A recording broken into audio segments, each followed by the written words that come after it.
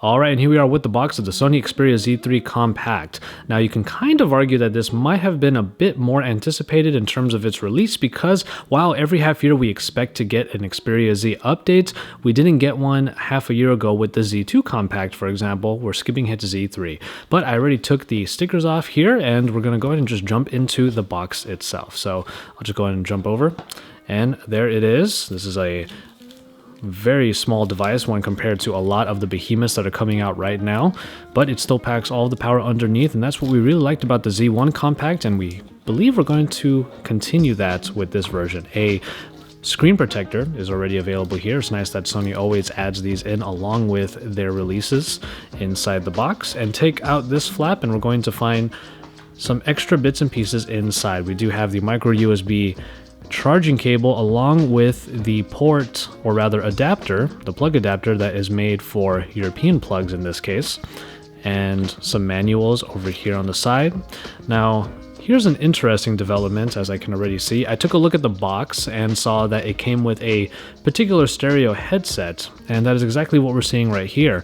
When you look at the Xperia Z3 unboxing, you'll see that the headphones that came with it were actually, well, kind of subpar. They were really just sort of the kinds that you would expect to find in kind of lower end releases. But in this particular compact release, it looks like we have a much higher quality type of headphone.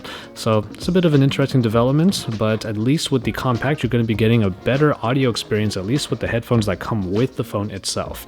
And that right there is a look at the contents of the Xperia Z3 Compact box. Alright, let's go ahead and get this bad boy out of the plastic and peel the plastic off the front and back end. Let's start with the back end here. Just go ahead and get that off. The glass panels always look awesome when you get the plastic off of a Sony device. Coming around to the sides, we have a nice sleek feel.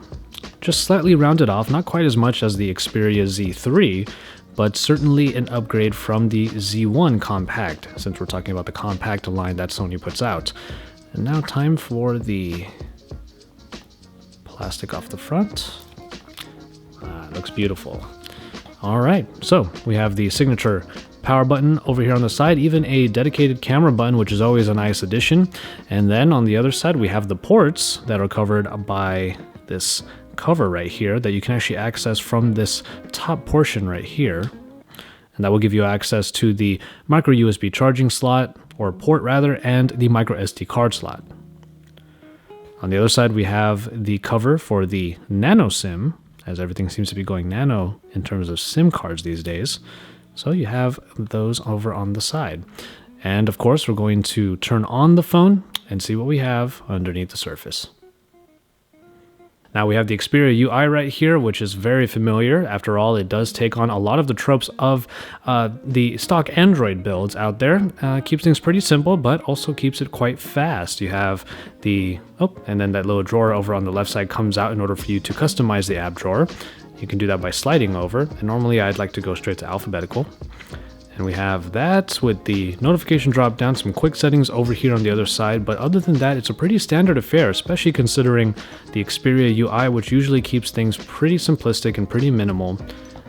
Not too robust at all, especially not too daunting in terms of its feature set.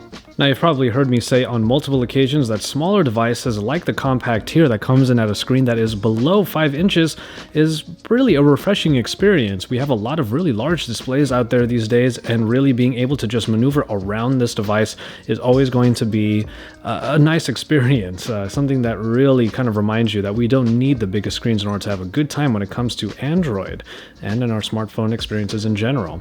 Already, I was taking some pictures of this phone and I was able to just maneuver around this device with no issues at all, just sort of shuffle it around in my fingers, and really I have no fear of dropping this particular phone.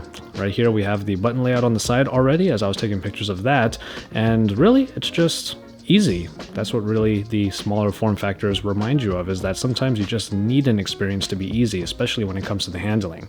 Well, we do have this phone here ready for you, and we're going to be putting it through its paces as well. I do have the Xperia Z3 review coming up quite soon, so make sure you stay tuned for that. But we will also take a look at this and compare the two and see which one might be a better experience for you, considering we still have all of the power underneath with a high-powered processor and even the same 20.7 megapixel camera over here on the rear.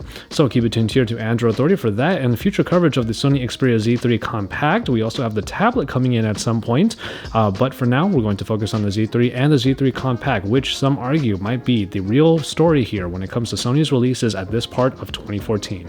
So keep it tuned here, drop us some likes on our videos, and remember to subscribe if you haven't already. And when you're done with all of that, jump on over to AndroidAuthority.com, because as always, we are your source for all things Android.